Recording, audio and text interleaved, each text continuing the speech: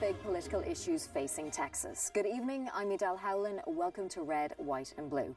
From the funding for special education to the impact of national candidates on the local elections. Many political battles plague both Houston and Texas. We ask, what will be the hot topics up for debate this legislative session, and what are the political concerns facing Houstonians today? To walk us through the conversation, we welcome Senator Sylvia Garcia, representing Texas District 6, and Senator Paul Betancourt, representing Texas District 7. Leading our discussion, our hosts, David Jones and Gary Polland. Well, thank you. And David, these are esteemed guests, and we've had them a number of times, and they're and esteemed. We like both of them. Esteemed they may even like you. They're politicians for me. I don't use esteemed whenever it comes to really? politics. Oh, come on, David. They like you better. I mean, we're going to agree that we're esteemed, and you're not going to let us agree we just on had a something? debate. We just had a debate Monday night, and there's a couple of facts I just want to throw out and see what the impact is that you think that they have had since that debate. One of them is a guy named Senator John Warner of Virginia, former Naval Secretary under George Bush, and a former senator from Virginia, who now says that he is for anybody but Donald Trump, and says he needs a national book, National Security for Dummies book. That's what John Warner said. We have a Fox poll that says that 60% of Fox viewers say that Trump has something to hide with his taxes. And for the first time in 120 years, the Arizona Republic is endorsing a Democrat. Well, David, those are things that have happened since the debate. That is the question. Okay. Has the debate meant a collapse of the Trump campaign? No, quite the contrary. Let me read you the actual results from the polls after the debate.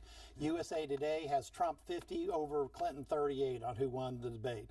ABC has 58 for Trump, 36 for Clinton. Breitbart 74-26. CNBC 61 for Trump, 39 for Clinton. And even Time Magazine, that veritable flagpole of liberalism, has it at 54% for Trump, 46 for Clinton.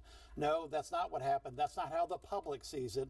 The liberal elites, like you, may see it that way, but not the public. You call John Warner a liberal elite? It doesn't matter. Virginia, no one's even competing in Virginia. We give that one to the Clinton campaign. Mm-hmm. Did you quote CNN? Oh, only CNN is the other way. Right. You didn't quote the one that did it. Right. They're an outlier. It's 60%. Right. What else, Sylvia? Do you think?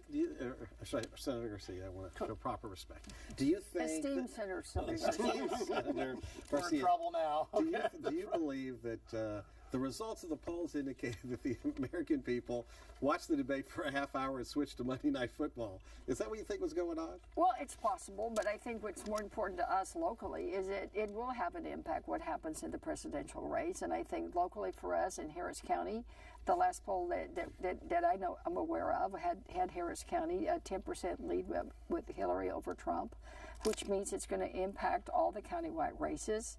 Sheriff, DA, tax assessor, and all the down ballot races. So it's huge for us, and it's good for us. Yeah. Do you think that when talking about what the University of Houston poll showed, Hobby Center, do you think that's showing that there may be a drop off? That is, that we may have Republicans in the county who are going to vote maybe down ballot Republican but won't vote for Trump, or vice versa, that we have Trumpsters? We know from the primary, 40 or 50,000 of the primary voters in the Republican primary voted for president only and skipped every other race. Gary, I think it's going to be a little bit of both. I think you're right. I think there are some people that I've talked to that are Republican who or say no way for Trump, but I can't get myself to vote for Hillary, so they're going to skip the presidential.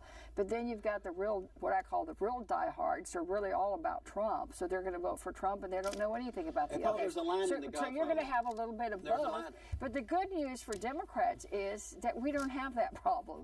You know, we love Hillary at the top, and we love everybody running at the bottom. No, but that same poll so it's going to be good for us, and I think there will be a real change in Harris County. No, that same poll, if it's accurate, showed a 1-point lead for Devin Anderson over Kim Ogg and a 6-point lead for Sheriff Hickman over Councilman Rodriguez. So that poll is not good news for Democrats down ballot, and it just says that this is the most unusual year since 1968. The electorate's in motion both ways, but the bottom line is even that poll, which theoretically had a lead of that magnitude for Clinton, shows down ballot Republicans winning And so that means that there's a lot going on, and none of this is going to be decided by even this first debate, or it probably won't be decided until the third debate. There is anybody, I believe, that would say that Donald Trump had a good night. I just don't. I'll accept your polls. I just do not believe that he had a good night. And the one thing that suggests that he had a bad night were the fact checkers. He said that he had said that the climate change was a hoax invented by the Chinese. He denied that, and yet they found a 2012 David, tweet I that don't said. think the fact checkers no longer mean anything in this debate. He really. said, and since we know that the IRS is interested in his foundation and whether or not he's laundering money through his foundation, he says he's been audited for the last 15 years, and yet he's produced not one IRS letter to support such audit in the last 15 But that's years. an important issue. Yes, it is a very Taxes, important issue. because- It's called lying. It's called lying because you do not David, have something to It's hide. more than just lying. It's just a lack of transparency. I mean, again, every presidential candidate on both parties for for years have produced their income tax return. I produce my income tax return when I run for office. In fact, I think the Texas Tribune may even have some of ours online. Really? I mean, when you Well, run they don't for have office, mine, well, and they there's don't no have reason. Gerald Ford's from 1976 There's either. no reason I know they that shouldn't, much. Paul, because I think that when you run for office, you put yourself out to the public, and the public does have a right to know where your money's coming from. And if you say that you give money to charity, it's important to know whether you do or not. Now So let's- he's either hiding something, or he hasn't made as much money as he did, or he's really using his foundation to funnel money and now not give it to Speaking charity. of the foundation, the Clinton Foundation's been out there taking hundreds of millions of dollars from every source in Western Hemisphere and the Eastern Hemisphere, as best I can determine. And that just shows you that there are major trust issues with the Clinton They're not campaign. using it to pay their legal bills. Oh, they're 90% overhead, apparently. supporting That's the what we They're hear. buying, Okay. Big portraits of themselves to Yeah, put in their that's golf No, what they just have courses. everybody on the payroll, And I would apparently, bet at you, the Paul, State and Department. I would bet you, Paul, they that were if we paying look the at State every Department. presidential library that's been established, they do a lot of fundraising, but only the Clinton sits on the board because she's running. Only the But I Clintons bet take you- the money before she runs Well, for president. No, And- no, and no, don't no. defend that. Yeah, Really, come on, and I'm just Senator. saying that Don't go there. you're putting her to so much more scrutiny than just because it's a Clinton Her Foundation. aide in the Secretary of State's office was on the payroll of the Clinton Foundation at the same time she was taking a government check. Well, we're talking Okay. about making sure that both foundations get the same amount of scrutiny. Well, I have And no guess problem what, with Paul? that. Okay, Mr. Trump that's didn't all bring I'm that. saying, He didn't bring Paul. that up last night. No, he forgot. He didn't bring that up. He missed opportunities. He also Right, did he not. missed I just want opportunities. to. I want you to answer, Paul, why he did not deny the accusation by Senator Clinton that he had referred to women as pigs, dogs, slobs, and referring to another rabbit trail. Why Let's did go he not back. deny It's that? not rabbit trail. I mean, Why these did he comments not? are Why really did he not insensitive. deny? They're insensitive. okay. They're demeaning, and they put down women. And he's I mean, already- do you and he's think, already do you think I'm a apologized. housekeeper, or do you think No, I'm a pig? no, Sylvia, I would not use the language, No, and you know no, that. so- Right now. Steam. So Now, then, how can you defend No, I'm that? not defending him. He How- said yes, that you were, Paul. he said he regretted his past statements. Now that's When did on he say record. that? Was one of the right before he came to Texas. we- and We're talking about the debate. He just forgot at the debate. No, but Senator, we're talking about the debate. Okay. During the debate, he said nothing. Between the sniffling and the Okay. We're going to bouncing move on. around, We're he going to didn't move say on anything. from. We're going to agree to disagree. Though I would my final comment He on the stood by debate. his comments, in fact. Well, my final comment about the debate was Hillary Clinton is a better debater based on the first debate than Donald Trump is. Better Okay. skilled Now, as let's a assume lawyer. let's assume she that- was let's logical. assume She that's laid the it case out. for the first one, but at the vice presidential debate, I know that what my co-host over here said in the summer show is that he said that Kane's quote a goofball. I know that Pence will wipe Kane out next week, and then we'll have a rematch with Trump and with Clinton. And I think the rematch is going to be far different than what happened on the first debate. Of course there is, and All the right. reason have to is wait the and reason. see. No, Well, listen, let's we're find gonna- out the we're gonna move on We're to going to find another- out the we're gonna reason move why on it's to going to another be. topic, We're going to David. find out the Stop. reasons why it's going to be Stop. different. The Trump Foundation will All be right. brought up. The Trump University will be brought up. Okay, David, we're done with the debate. Deportation of 12 million All right, let's Mexicans will talk be brought about up. the Let's talk. legislative session. Please. David, we're done with that. Legislative session. We got a big legislative session coming up. Got lots of issues to deal with. Let's start with you, ladies first. esteemed Senator Esteemed Garcia. Senator. Well, we're actually probably What going are to the- agree. yeah, okay, We're so- probably going to agree. Major that issues that we're dealing with. The major issue will be the budget. The question will be the details of what goes in the budget, what gets cut, what doesn't get cut, and in my view, what can we reallocate? What can we better collaborate with our cities rather than try to dictate to them? So I think it's a question of what should stay in the budget and the priorities. And for me, it's going to be about education. It's going to be about classrooms and not bathrooms. It's going to be about an education surge, not a border surge. And it's going to be about collaborating with cities, not dictating to them. So again, it's a question of how we get there, but we all agree it's the budget. And it's going to be the budget to start because we've had obviously an economic slowdown. You don't have to be a rocket scientist to see it. So that means that revenues are down at the state level. Now, fortunately, we left about $4 billion or more in the checking account before we left. So we haven't had to go back in a special session. If we hadn't had tiny cushion there, but it a few really, $100 million. because of the spending limit, it's really about $2 billion. Yeah, right. But a few $100 million of real cushion, and that's what's kept us out of special session. Now, when you go forward and look at it, this is basically going to be a session where no is just as good as answer as yes, actually a better answer, because we're not going to have the money that we did in the last session.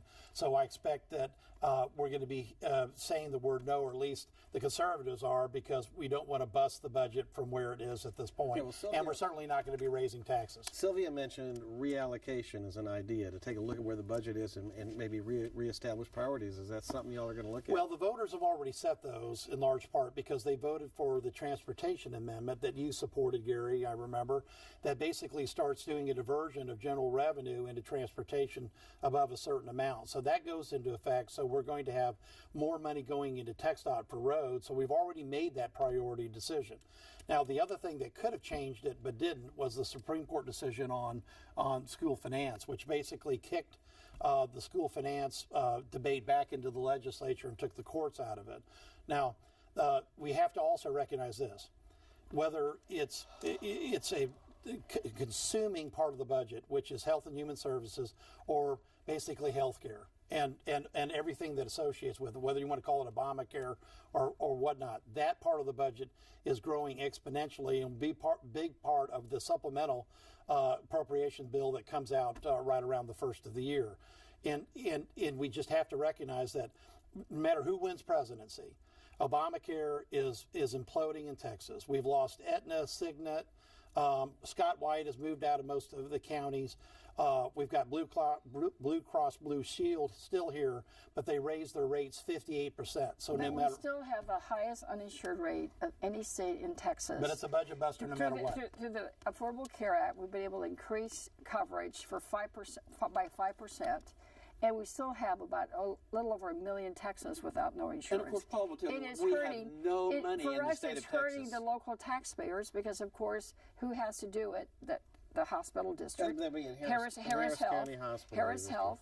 And if we just simply did what Mike Pence, your vice presidential nominee, did in Indiana and expand Medicaid, we would probably be able to take 2 or 3 of those pennies that go to the hospital district now from our local tax dollars and give them back to the taxpayers. The estimate That is the easiest tax cut that we can think make. it costs the state. That is meaningful to everybody. Okay. But instead, we're focusing on bathrooms instead of classrooms. We're trying to put more money into border security. Okay. I mean, I think those are dollars that are easy to reallocate. You know, the House version of that bill was for about $400 million. It was the Senate who put the other $400 million in there. We believe in border security. And now they want to. You believe in You believe in let me finish, Paul. Let me finish. You believe in now, the DPS troopers. let me Let finish. Sylvia finish. So it's $800 million. Now they want to add more money. It's going to be $1 billion for border security. No, it's not going to be that much. And it's we haven't voted yet, please. So let's give all the senators a chance to vote on this. You know, so that's all. You didn't let her so we finish. could You didn't let her finish, we could Gary. You didn't let her reallocate some of finish. those dollars. And you didn't Gary. let me say that And we that can the do more DPS things troops, with it, whether it's fixing the foster care system that's bad, whether it's providing more equitable funding for education, whether it's providing better services for our veterans. I mean, you name it, we can do it. but we've got to have the will to do it and stop focusing on something that is a federal function. I was going to say, do you think that the $350 million, which is going to be supplying, several tens of thousands, maybe DPS troopers, are going to be enforcing immigration law on the border? No, they're going to be writing more tickets. Yes. And so in other words, it's a showboat. It's a showboat for the No, it's for the not. lieutenant you governor. Look at the crime stats all down the border; they're way, way down. Also, because we turn people over to ICE, okay, is a good thing. Now, what ICE does with it is probably not the best, and we can't affect that with the feds. But at least we're giving people that are breaking the law to the appropriate federal authorities, and you have to do that, David, or you end up with these people who have multiple recidivisms that conduct horrible crimes that we've seen from coast to coast. There's nothing wrong with border security because right now that's actually improved crime up and down the crime stats up and down the So this is the repeat of the criminals coming across the border argument that was introduced in the campaign. That's the Trump story. Trump discussion that all Mexicans are coming over are criminals and rapists and all these other things. Paul and believes I can assure that. you my grandparents were not. But the point here is neither were my great grandparents. So what's the difference? So is that really an outcome or a barometer of whether or not you're doing something at a border to secure it? That crime has been reduced in an area. There's more traffic tickets. I mean, that's part of the problem with this whole spending is that we've never set outcomes. We've never set any formulas to decide. Okay, when do we feel like the border is secure and we can have an exit strategy? That's interesting. We cannot continue to fund the border function, the border security that we claim, and I say claim because if you look at what the president has done, he's put more money on the border, more troops out there, he's deported more people. It's a myth that the Obama administration is not doing anything. All you have to do is go down there. Okay, well, I tell you what's not It's a myth. a myth. What's not a myth about the Obama administration, they have not passed a budget in the entire time that the Obama administration has been in office. President Obama will go down as the first president in history that there will be no appropriations bills passed. We've been on one continuing resolution after the next. Our debt is up to $20 trillion. With the Republican Congress. And with the Republican Congress because they haven't been able to pass the appropriations bills because Harry Reid plugged that for 6 years when he was the Senate majority leader. And do you know there could be another shutdown? Do you know that the shutdown is close? And David, the bottom line is that if the federal government is going to abrogate the responsibilities, not do appropriations hearings over their agencies, it's very hard for the Congress to control that at this point. Let me finish. Let me finish. I've been very nice. Let me finish this.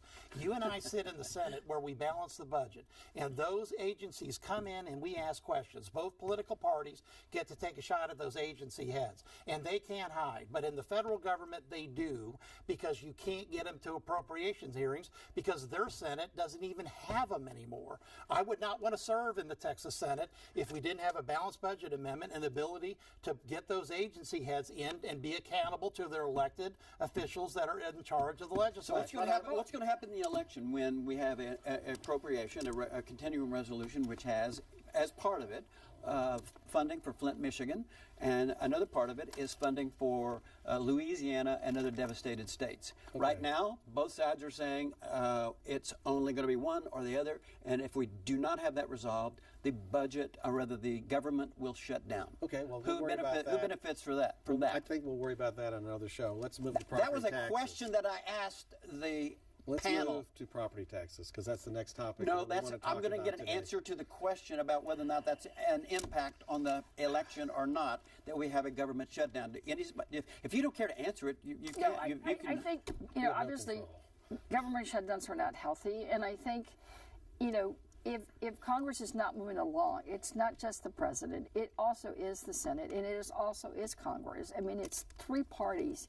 The president doesn't direct all the movement in Washington because, quite frankly, if he did, we'd probably be in better shape today than we are. Because the legislative branch is the weakest of the three branches. So I think what I want to just underscore is that we were talking border security, and in that area, they have put a lot more money down there. I mean, I was at a base down there where they built this huge facility where they keep their drones. They do a lot of work.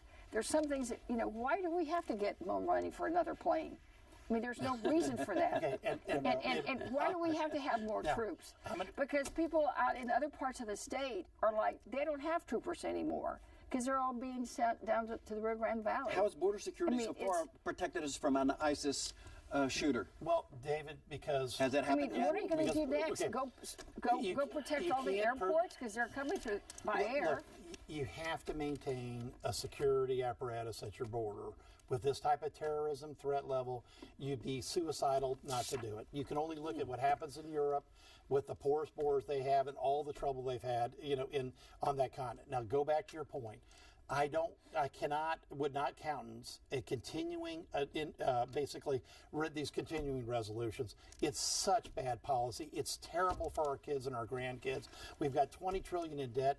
The legislature must pass appropriation bills like we do. Are you running for Congress? No, I'm not running for Congress. I'm trying to answer your question. Now, that's why that whole issue about growth of government, how much people pay, is why Lieutenant Governor Patrick put myself in his chair and 6 other senators on the select committee for property tax reform and relief. We've been to 5 cities. We've had almost 38 hours of testimony. We're going to do 2 more cities. Actually, we're going to finish out the end of the year with 7 cities in total.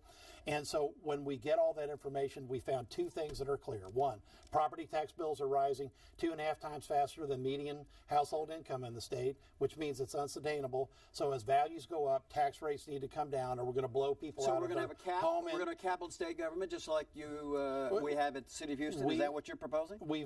Actually in the Senate, we passed a bill that would say we would stay within inflation and population. Here, we're going to bring down the rollback rate. I hope from 8% to 4%.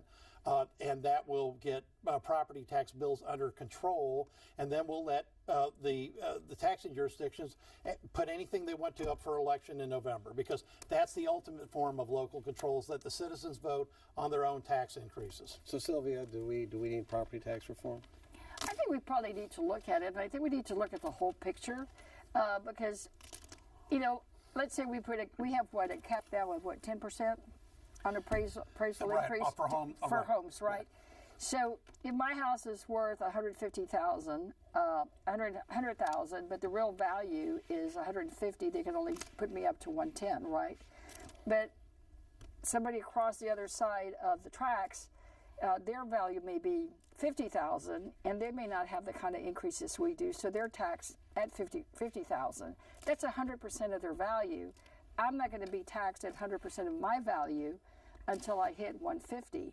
So I think that's not fair. So we need to do something to make sure that we're not only helping the people who are paying a lot, that their values get capped, but the poor people who just have a home, that their value is constant, don't get a tax break. They stay taxed at a full 100%, no matter what year. There's hardly any of those homes anymore. The most poignant testimony we had in Houston was a 2-income Hispanic household who they came and their value was $77,000 last year, and now it's going to be $150,000 this year, and they're paying 10% more every year for the next 7 years. And the testimony was almost tear-jerking, because her husband, when she was testifying, said he can't work more than 24 hours a day. He's already running 2 or 3 jobs. They can't stay in their home on the near north side because their value goes from $77,000 to $148,000. They don't know how they're going to make ends meet because they can't work any harder. I think that's why we have to. There's more there than you think, and I don't know. No, we actually turned that over to the chief appraiser, and he confirmed their increases in that neighborhood. We're talking statewide changes, not just here. It's not just here. We've heard it in Bexar County. I've heard it in Travis County. I've heard it down in the valley. The testimony's all online. You can go read it. Everywhere, taxes are rising 2+ times faster than people's paychecks. I'm not arguing that point, Paul. I'm not. Nobody wants to write a bigger check every time they have to pay their taxes. I agree. We need to find ways to make it fair and equitable for everybody within the home values, but also commercial. And we need to make sure that if we have a break, that it works well for both the poor people and the rich people. You mean the top 1% that are funding the campaigns? And I just want to make sure that when we look at these things, that we consider that and not just consider the ones that are capped, because there's other people that are having to still pay their 100% value of their home. Well, we're looking and I think at there's everything more across there. the board. Right. Well, And interesting. Last 30 seconds. Okay. Related to the property tax issue, you have HISD, now a property-rich school district, and under Robin Hood, they want to recapture a but bunch also of the money firing from their them. auditor and leaving Kashmere High School on the improvements required list for 7 years, which Well, horrified but- both but of that us doesn't because have anything to do well, with the no, recapture, well, Paul. no, Well, well, we it got does 50 with But the efficiency. fact is that Austin's been having to do it, and Right. other No, cities. but we're that's getting, the problem we're that's getting recurring. ready to. You know, and we're going to come back and do another missed- show on missed that the with battery you, too. Bottom line I'm is sorry. we need to rethink recapture. We need to You're right. rethink recapture. Thank you, I'll Senator agree to Garcia, that. Senator I'll Betancourt, agree to that. David, Adele. We could have used all day for this discussion. I think we have to rename it Red, White and Fiery tonight. You can catch Red, White and Blue every Friday at 7:30 p.m. here on TV8 and again Saturdays at 6:30 p.m. We also invite you to visit us online and send us your comments. We want to hear what you have to say about the issues that affect Houston. You can submit your comments at houstonpublicmedia.org on Facebook and on Twitter at RWB_8. And don't forget to like us. Thanks so much. Good night.